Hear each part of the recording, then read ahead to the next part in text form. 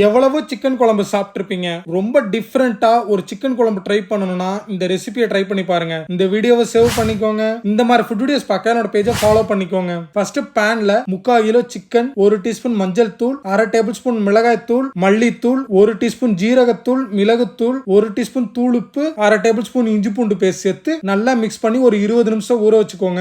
அடுத்து சட்டியில 3 table spoon தேங்காய் எண்ணெய் ஊத்தி ஒரு பெரிய வெங்காயத்தை சேர்த்து நல்லா வதக்கி தேவையான கருவேப்பிலை, 4 பல்லு பூண்டு, 1 துண்டு இஞ்சி, 2 பச்சை மிளகாய் இடிச்சு சேர்த்து ஒரு 5 நிமிஷம் குக் பண்ணிக்கலாம். ஒரு பழுத்த தக்காளியை சேர்த்து கிரேவியாக குக் பண்ணிட்டு மிக்ஸ் பண்ணி வச்சிருக்க சிக்கனையும் சேர்த்து ஒரு 2 நிமிஷம் குக் பண்ணிட்டு ஒரு கிளாஸ் தண்ணி ஊத்தி ஒரு 10 நிமிஷம் சிக்கனை வேக வச்சுக்கோங்க. இப்ப இதுல தேவையான வெள்ளை பூசணிக்காய் சேர்த்துக்கிறேன். இப்ப மிக்சியில 1/4 மூடி தேங்காய், 1 டீஸ்பூன் ஜீரகம், மிளகு சேர்த்து பேஸ்டா அரைச்சி இத குழம்புல ஊத்தி ஒரு 1/2 டேபிள் ஸ்பூன் கல்லுப்பு சேர்த்து 15 இருந்து 20 நிமிஷம் குக் பண்ணிக்கலாம். அடுத்து பேன்ல 2 டேபிள் ஸ்பூன் தேங்காய் எண்ணெய் ஊத்தி 1 டீஸ்பூன் கடுகு போட்டு பொரிஞ்ச உடனே 10 சின்ன வெங்காயம், தேவையான கருவேப்பிலை சேர்த்து நல்லா வேக வச்சு குழம்புல சேர்த்து நல்லா மிக்ஸ் பண்ணிக்கோங்க. அவ்வளவுதான்.